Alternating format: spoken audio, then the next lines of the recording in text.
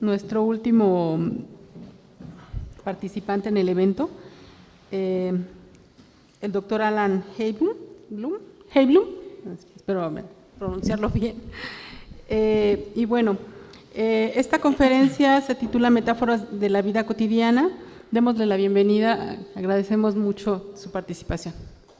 Bueno.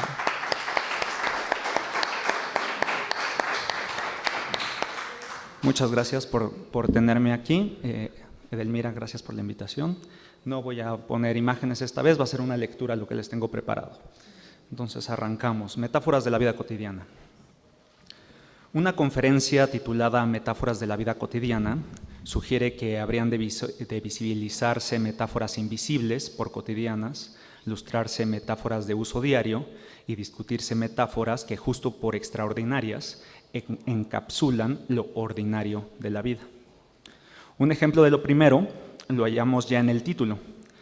La palabra metáfora es una metáfora, ya que vale en griego por traslación, dice Borges en sus ensayos dantescos. Lo mismo ocurre con vida cotidiana. La vida puede no tener días y los días pueden no tener vida. Puesto que los días son un accidente astronómico, resulta fácil imaginar una vida que no refiere lo rutinario a sus días, que no construye vocaciones como en inglés everyday life, daily life, day to day.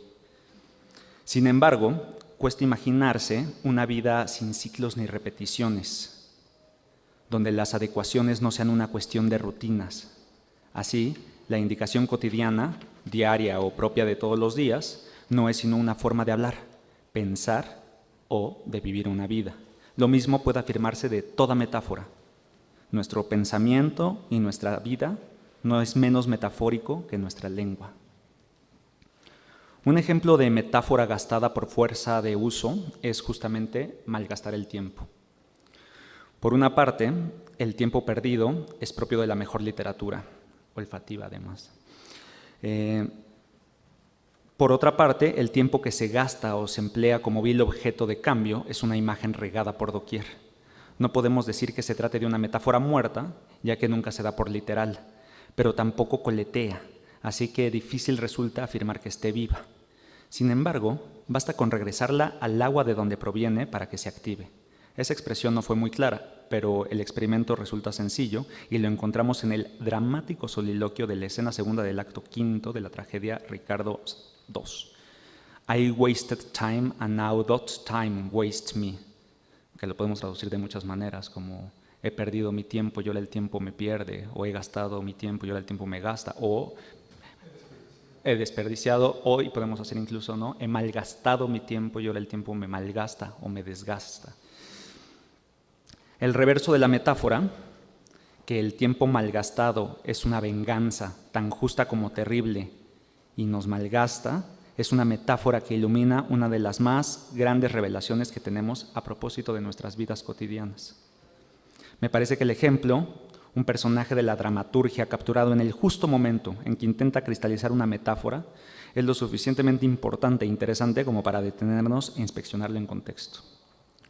El drama tiene lugar cuando Ricardo II, rey de Inglaterra, prefiere enviar a exilio a dos de sus nobles en lugar de verlos batirse en un duelo.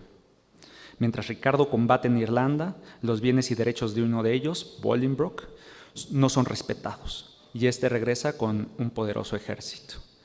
Antes de ser envenenado en prisión, Ricardo muere en combate. El monólogo se da poco antes de estos eventos en el interior de la torre que lo tiene preso. La traducción que les ofrezco es propia. Dice Ricardo: he estudiado cómo comparar la cárcel en que vivo con el mundo. Pero como el mundo está tan poblado y aquí no hay otro ser que no sea yo mismo, no soy capaz. Aún así, se trata de un símil que habré de fraguar.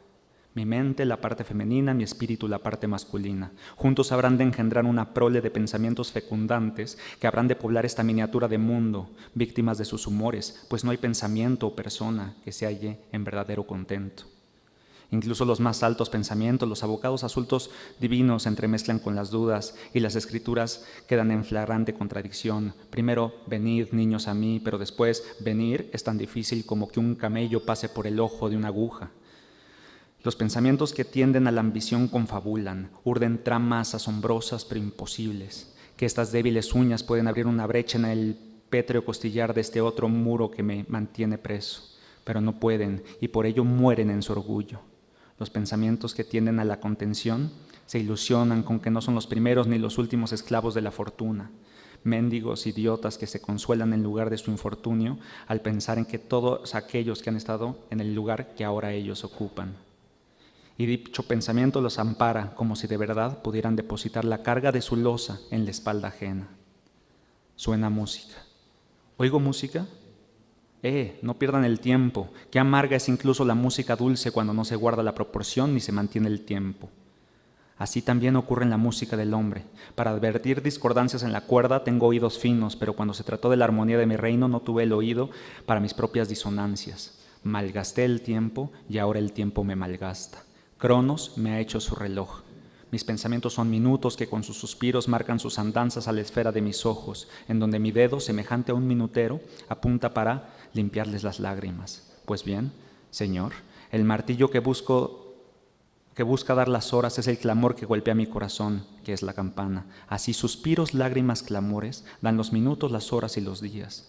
Y mientras mi tiempo corre dirigido hacia la arrogante alegría de Bolingbroke, yo tonteo aquí, muñeco de su reloj. Esa música me enloquece, que no suene más, porque aunque ha hecho sabio a los locos, en mí parece que haría de enloquecer a los sabios.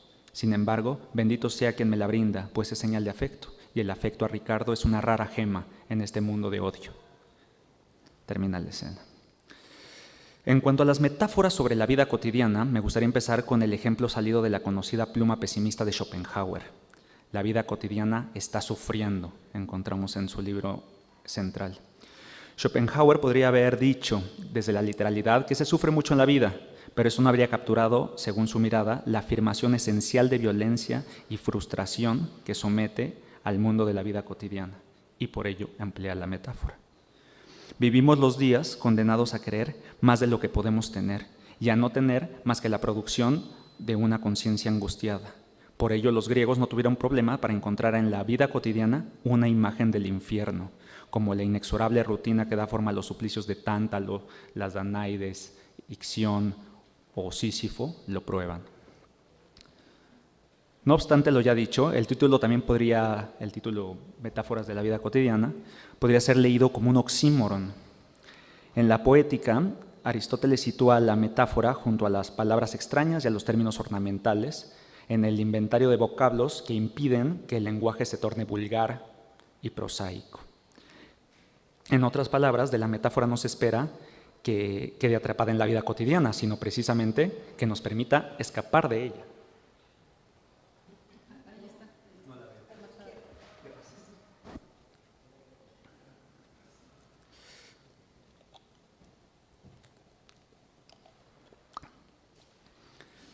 Entonces, no esperamos de la vida cotidiana de las metáforas que queden atrapadas en la vida cotidiana, sino que nos ayuden a escapar de ella.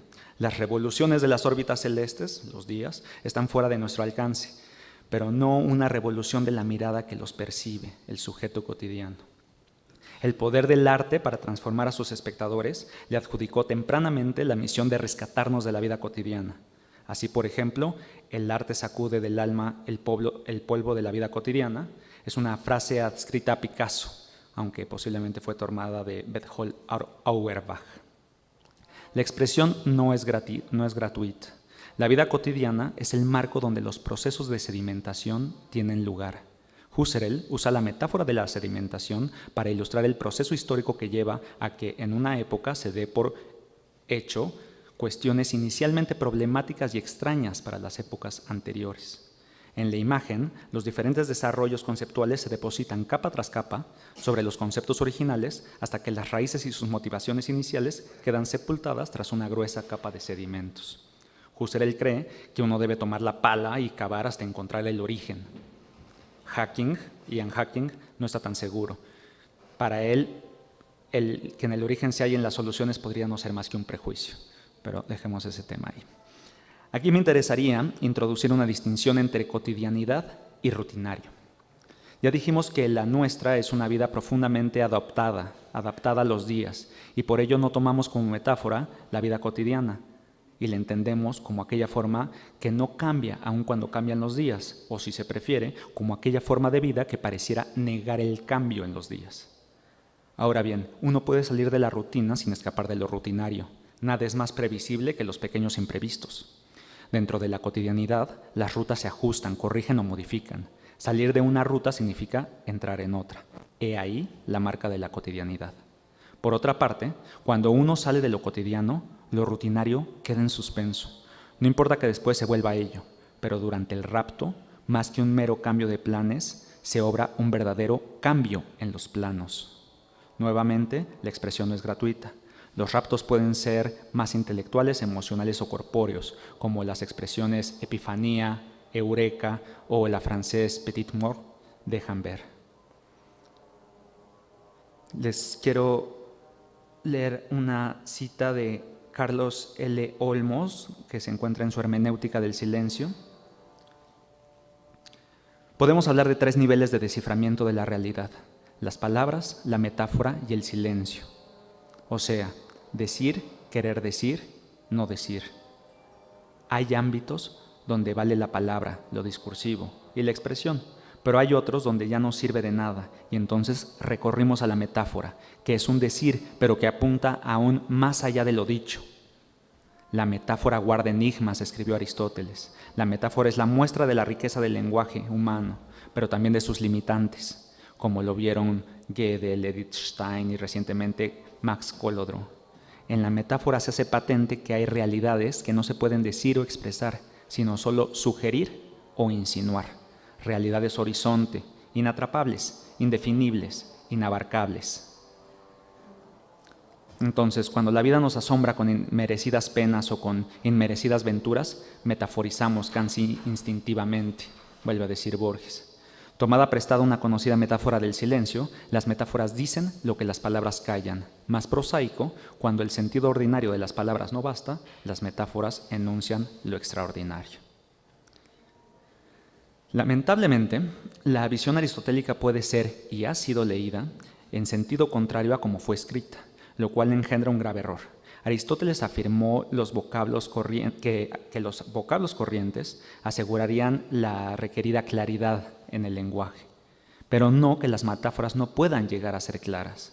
De la misma manera, las metáforas no son meros ornamentos ni extrañezas, ni su única función es la de evitar lo prosaico o banal. Las metáforas pueden hacer semejante trabajo, pero su esencia no se reduce a ello y, más curioso aún, pueden ejercer con eficacia y precisión el trabajo opuesto. Las metáforas también son la vía de acceso a la cotidianidad. Dejada a sí misma, la rutina cae dentro de sí, inflexible e irreflexiva, atrapada en sí y por sí. La cotidianidad deja de ser opresiva cuando la rutina intenta escapar de sí misma, como el tiempo de los días, reflexiva y flexible. Opresiva o no, la cotidianidad es sede de innumerables metáforas. Más importante que advertir si las metáforas están vivas, resulta percatarse que se trata de metáforas en las que nosotros vivimos. Esta idea es la que dio título al libro de Lakoff y Johnson de los 80, que irremediablemente provocó que la metáfora dejara de ser un tópico reservado a la retórica y a la estética y pasara a ser un tema central en los estudios cognitivos. Y bueno, ahí, si estuviéramos hablando de metáforas en ciencia, por ejemplo, tendríamos que citar de Max Planck, el de 1960, Modelos y Metáforas, que hace este giro a sacar a la metáfora de solo ser entendida como palabras y ser entendida en estricto sentido como conceptos, ¿no? Aunque el tratado contiene algunos resultados menos confiables que otros, muestra con contundencia que las metáforas no son ocasionales, independientes y abreviables, como la teoría clásica habría dicho, sino constantes, estructurales y esenciales en la comprensión y el aprendizaje. Así, por ejemplo, la metáfora orientacional «arriba es bueno» engloba todo un sistema de conceptos y se ramifica en numerosas metáforas: clase alta, ascenso, elevado, su alteza real, el altísimo, ascensión, etc. Lejos de ser meras formas de hablar, las metáforas conforman la manera en que representamos e intervenimos el mundo. La metáfora del tempus fugit daba una aura de nostalgia a nuestra vida. La metáfora del tiempo es dinero ha cambiado nuestras disposiciones y frecuencias. Una vez establecida, estamos tentados a ver que el tiempo no nos sobra, sino que nos falta, que lo debimos de haber invertido mejor, que lo hemos despilfarrado, pediremos garantías antes de compartirlo, prestarlo o regalarlo. En definitiva, nos vuelve presas fáciles de la enfermedad de la prisa. Muy a propósito, estas metáforas nos vuelven presas fáciles de la enfermedad de la prisa. A final de cuentas, el título de esta conferencia no encerraba ninguna paradoja. Con metáforas escapamos de la vida cotidiana, pero también nadamos en su seno. Aunque el tema de metáforas de la vida cotidiana, según la filosofía analítica y las neurociencias cognitivas, es un tópico fascinante, que en más de sus 30 años ya ha visto un importante desarrollo, yo preferiría dar paso, en una segunda parte de la conferencia, a elaborar una alegoría de la metáfora a partir de uno de sus más devotos pensadores. Empecemos con el siguiente poema. Leamos la final de Spinoza de Borges. Libre de la metáfora y del mito, labra un arduo cristal, el infinito, mapa de aquel que es todas sus estrellas. Si traje a colación este poema, es porque me sirve para enfatizar 2 puntos de diferente calado. Primero, que la metáfora es ubicua en Borges. Con esto me refiero a que su obra, como la de casi todos los escritores, está colmada de líneas metafóricas, pero a diferencia de la de casi todos, también rebosa, ya sean sus poemas, sus cuentos, sus ensayos, sus conferencias o sus memorables prólogos, de líneas donde la palabra metáfora aparece explícita. No es una cuestión menor deslizar semejante palabra entre las grietas de tinta de la página en blanco. El segundo punto es una advertencia de lo que sigue. Borges es un autor que se repite a sí mismo. Lo anterior puede decirse con escarnio o como una mera descripción. En mi caso no es ninguno de los dos. En lo personal disfruto mucho de la reiteración borgiana y por tanto la celebro. Además resulta encomiable ver que el arte, que presuntamente pese a la repetida cotidianidad, no es menos repetitivo que ella. La línea libre del mito y la metáfora del poema de Spinoza se repite en una entrada del Atlas de 1984, sobre un diálogo abstracto entre 2 griegos, que no polemizan y no quieren persuadir ni ser persuadidos, no piensan en ganar o en perder, están de acuerdo en una sola cosa, saben que la discusión es el no imposible camino para llegar a una verdad. Libres del mito y de la metáfora, piensan o tratan de pensar. No sabremos nunca sus nombres. Esta conversación de 2 desconocidos en un lugar de Grecia es el hecho capital de la historia. Han olvidado la plegaria y la magia. Este es el principio de la filosofía, según Borges. Una inspección histórica de la metáfora revela al menos 3 fases en el pensamiento de Borges. Una de juventud, donde Borges estaba como encantado por las metáforas, a la que siguió predeciblemente una fase de desencanto, y una tercera propia de la vejez, como Borges habría de constar una y otra vez, de reencantamiento con las metáforas ancestrales. Además del interés que estas averiguaciones nos ofrezcan, me parece interesante mostrar que estas 3 fases reproducen las 3 instancias que acabamos de ver con respecto a la vida cotidiana. En la primera se le confiere a la metáfora el papel todopoderoso o de heroína para salvarnos de la cotidianidad. En la segunda vimos que la metáfora, lejos de solo rescatarnos, puede ser también villana. Y en el tercero vemos simplemente que aunque de las metáforas no podemos escapar, podemos usarlas en lugar de ser usados por ellas.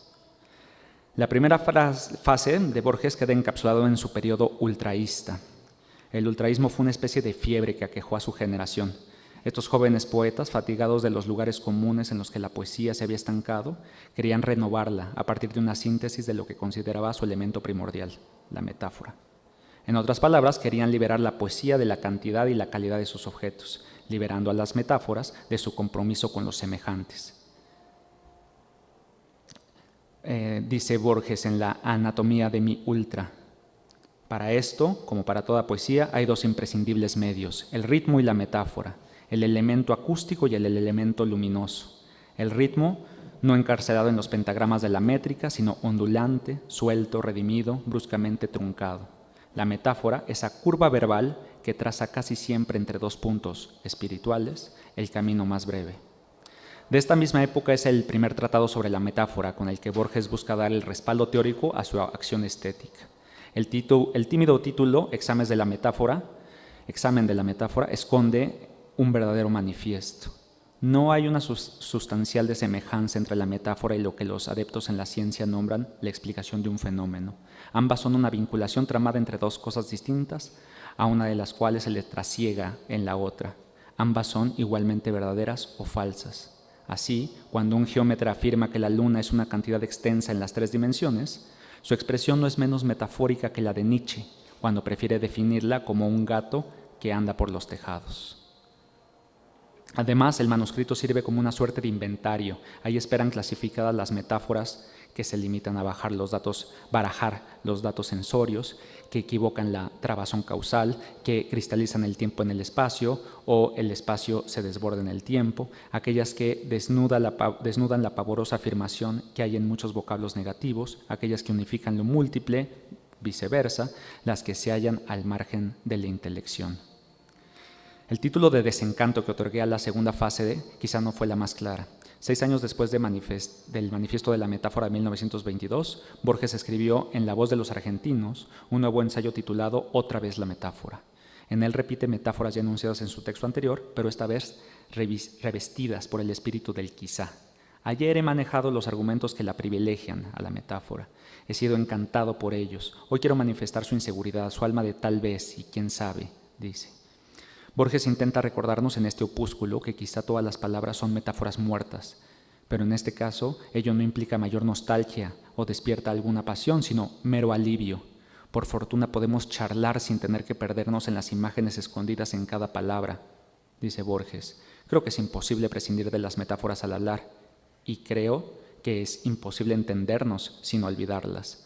¿A qué pensar en ingenieros de puentes cuando oigo la palabra pontífice, y en cinturones cuando oigo la palabra zona, y en chivatos cuando oigo la palabra tragedia, y en cuerdas trenzadas cuando oigo la palabra estropajo, y en mandaderos si me hablan de ángeles, y en precaverme de piratas si me hablan de abordar un problema? Como Borges está desencantado de la metáfora en este opúsculo y quiere desencantar a sus lectores. Si la metáfora se celebra por sus poderes de énfasis, Borges está determinado a mostrarnos que en esto no es única ni superior. He leído muchas metáforas sobre la sufrida lentitud de los bueyes. Ninguna me ha impresionado tanto como esta observación nada metafórica, hecha por algunas veces el poeta Gabriel y Galán. Los bueyes, de cuyos besos charolados cuelgan tenues hilos de baba, transparente, que el manso andar no quiebra. En definitiva, este es el más provocador de los textos sobre la metáfora de Borges. No habría peor ofensa que rebajar la metáfora, quizá el único artificio que le revela la naturaleza en sí misma de las cosas, a mero ornato. Y esto es justo la manera con que Borges cierra su texto. Sin embargo, el agravio no se consuma, pues Borges prepara la maniobra con un giro conceptual que, bajo su propia glosa, podría ser titulado de una vindicación sobre el lujo y el ornamento. Lo cito. La concepción clásica de la metáfora es quizá la menos imposible de cuantas hay, la de considerarla como un adorno. Es definición metafórica de la metáfora, ya lo sé, pero tiene sus precelencias. Hablar de adorno es hablar de lujo, y el lujo no es tan injustificable como pensamos. Yo lo definiría así. El lujo es el comentario visible de la felicidad. Usamos metáforas porque queremos no ser menos que el mundo, queremos ser tan desmesurados como él. En el juego del demérito, Borges encuentra una forma de subir la apuesta. Un ardid cosmético deviene una visión cósmica de la metáfora, creación creadora de la abundancia. La mesura podrá ser un adjetivo y verbo adecuados para una empresa que pretenda imponer censos en el universo, pero no para una ciencia capaz de adentrarse en la abundante y desmesura extrañeza del mundo. Si la observación anterior resultó excesiva y mezcla arte y ciencia, es justo lo que buscaba.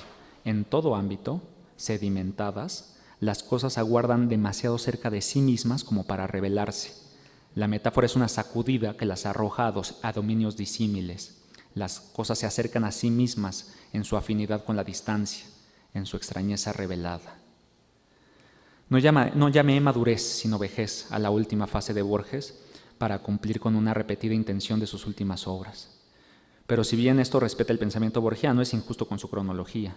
A menos, claro está, que uno esté dispuesto a aceptar la tesis, poco polémica por otra parte, de que Borges fue un alma vieja.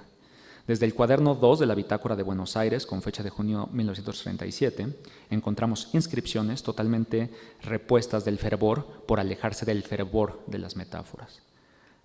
Les doy un ejemplo. Las definiciones taxativas del arte literario, de ahí empieza. Lo valedero es la metáfora, el finado ultraísmo. Lo valedero es la metáfora más la rima, la opinión de Lugones. Lo valedero es la invención de extraños detalles, Borges, y piensa que Joseph von Sternberg. Lo valedero es la sintaxis, Borges otra vez, otras noches, acota.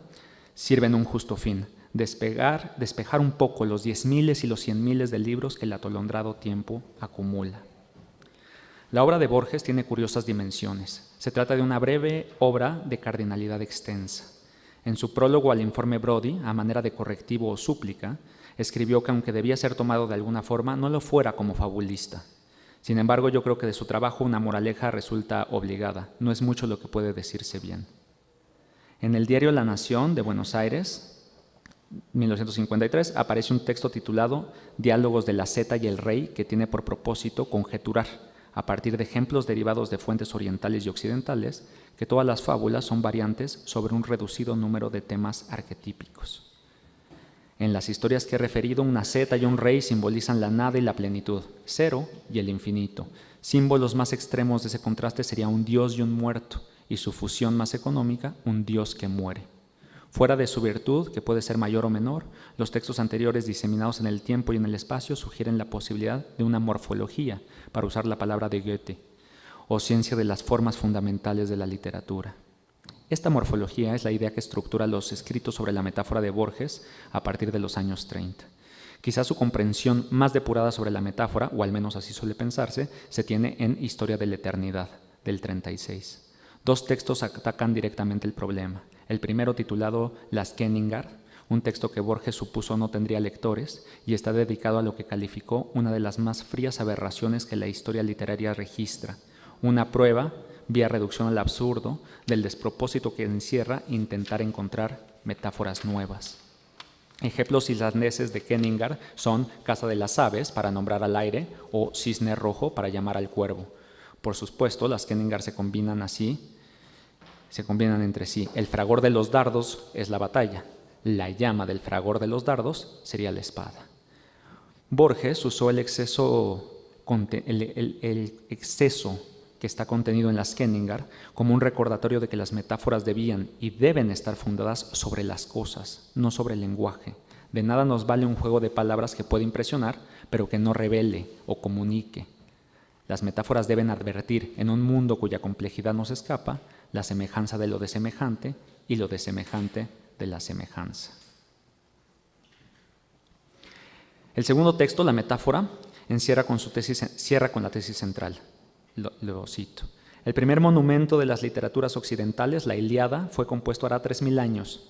Es verosímil conjeturar que en ese enorme plazo todas las afinidades íntimas necesarias en sueño-vida, sueño-muerte, ríos-vidas, etc., fueron advertidas y escritas alguna vez. Ello no significó naturalmente que se haya agotado el número de metáforas. Los modos de indicar o insinuar estas secretas simpatías de los conceptos resultan, de hecho, ilimitados. Algún día se escribirá la historia de la metáfora y sabremos la verdad y el error que estas conjeturas encierran. A estas alturas ya es más que clara la idea, a presuponer y a verificar, que Borges ya no habrá de desechar nunca, que el número de fábulas o de metáforas de que es capaz la imaginación de los hombres es limitado, pero que esas contadas invenciones pueden ser todo para todos. Borges la repite una y otra vez en sus escritos y la utiliza para conformar sus conferencias. Veamos, por ejemplo, cómo inició respecto de Nathaniel Hawthorne, el autor de Wakefield. Empezaré la historia de las letras americanas con la historia de una metáfora, mejor dicho, con algunos ejemplos de esa metáfora. No sé quién lo inventó, es quizá un error suponer que puedan inventarse metáforas. Las verdaderas, las que formulan íntimas conexiones entre una imagen y otra, han existido siempre. Las que aún podemos inventar son las falsas, las que no vale la pena inventar. Esta que digo es la que asimila los sueños a una función de teatro. En otras inquisiciones, 1952, Borges retoma la tesis y curiosamente elige a Pascal como su cómplice. Los pensamientos de Pascal suelen ser pensamientos propios de una voz ajena para la mayoría de sus lectores. En la lectura de Borges no son más que el predicado de un sujeto. Borges argumenta con un símil. La quintesencia del polvo no habla de esa pieza de trabajo que es el hombre en general, sino del vacilante príncipe danés en particular. Y aunque tampoco lo dice con estas palabras, el telón de fondo es el de un poeta que, hablando de sí, habla de ti, por ti, para ti. Verbigracia, de Quevedo, Polvo enamorado. Borges ve en Pascal uno de los hombres más patéticos de la historia de Europa, uno de los más vanos y frívolos, uno que no es un místico, uno que supone que el cielo es un galardón y el infierno un castigo, uno de los que no sabe hablar con los ángeles y que menos le importa a Dios que la refutación de quienes lo niegan. Ve también en su pluma el mejor ejemplo para conjeturar que la historia universal es la historia de algunas metáforas. La esfera de Pascal, del 51, comienza así. Quizá la historia universal es la historia de unas cuantas metáforas. Bosquejar un capítulo de esa historia es el fin de esta nota. De Colofón, 6 siglos antes de nuestra era, a París en el siglo XVII, Borges hace el erudito recuento de todos aquellos pensadores que utilizaron la metáfora de una esfera eterna o infinita para hablar de la deidad o del universo. Variaciones de la misma metáfora fueron pronunciadas en la antigüedad con solemnidad o embriaguez geométrica, en el medioevo como una glosa de la omnipotencia, en el Renacimiento con exultación y en el siglo XVII con desesperación. Termina Borges. El espacio absoluto que había sido una liberación para Bruno fue un laberinto y un abismo para Pascal. Este aborrecía el universo y hubiera querido adorar a Dios, pero Dios, para él, era menos real que el aborrecido universo. Deploró que no hablara el firmamento, comparó nuestras vidas con los náufragos en una isla desierta, sintió el peso incesante del mundo físico, sintió vértigo, miedo y soledad y los puso en otras palabras. La naturaleza es una esfera infinita cuyo centro está en todas partes y la circunferencia ninguna. Así publica Brunswick el texto, pero la edición crítica de Tourneur, que reproduce las tachaduras y vacilaciones del manuscrito, revela que Pascal empezó a escribir effroyable, una esfera espantosa, cuyo centro está en todas partes y la circunferencia en ninguna. Quizá la historia universal es la historia de las diversas entonaciones de algunas metáforas. Que la historia universal y la historia de las metáforas se confunden es una tesis exquisita. La elección de Pascal guarda una intrigante arista, no creo que espuria, aunque tampoco un hallazgo, que sin embargo Borges pasó de largo. El pasaje inquirido por Borges, donde Pascal enuncia la esfera infinita, contiene una denuncia doble. La primera va de afuera hacia adentro, la segunda de adentro hacia afuera. La primera, que ha sido ampliamente difundida, refiere a la soledad de haber sido abandonados en medio de un universo infinito, equidistantes de la nada y del todo. La segunda denuncia es leída con menos énfasis, aun cuando no fue escrita con menos fuerza, y refiere a nuestra condición de seres de en medio. Criaturas de en medio, en el ecuador de los polos espiritual y material, nuestra suerte es la mezcla. Así, en nuestro intento por entender cualquier cosa, no solo el infinito huye de nosotros, sino que en su persecución arrastramos nuestro ser de en medio por todas partes, nuestra mediocridad, si se prefiere. Impregnamos con nuestro saber compuesto todas las cosas simples que contemplamos, dice Pascal. Para él, la pureza escapa de la mezcla como el infinito de lo finito. De la misma manera que nuestro conocimiento finito no aprende el infinito, nuestro saber compuesto no aprende la pureza. De este saber compuesto, dice Pascal, viene que casi todos los filósofos confunden las ideas de las cosas y hablan espiritualmente de las cosas corpóreas y corporalmente de las cosas espirituales. En otras palabras, lo que Pascal nos está diciendo es que estamos condenados a la metáfora. Nuestra naturaleza compuesta nos obliga. En lo que sigue, habría que preguntarnos, intentar responder y ensayar alternativas a por qué Pascal antepone el dualismo, codicia la pureza y prefiere la confusión de lo impuro a la revelación de la metáfora en un mundo que solo sabe de impurezas. Pero, y aquí otra vez la metáfora, se nos acaba el tiempo, así que no queda más que intentar improvisar una línea a suerte de conclusión. Con esto termino. Borges estuvo menos interesado en la denuncia del plagio que en su festejo. Para Borges, los autores póstumos crean a sus predecesores. En la historia de las ideas, lo que hay no es plagio, sino deuda mutua. Como ya repetimos, para Borges el número de metáforas basales ya está cifrado. Lo que aguarda indefinido es la forma punzante, llena de esperanza o desesperanza, de enunciarlas.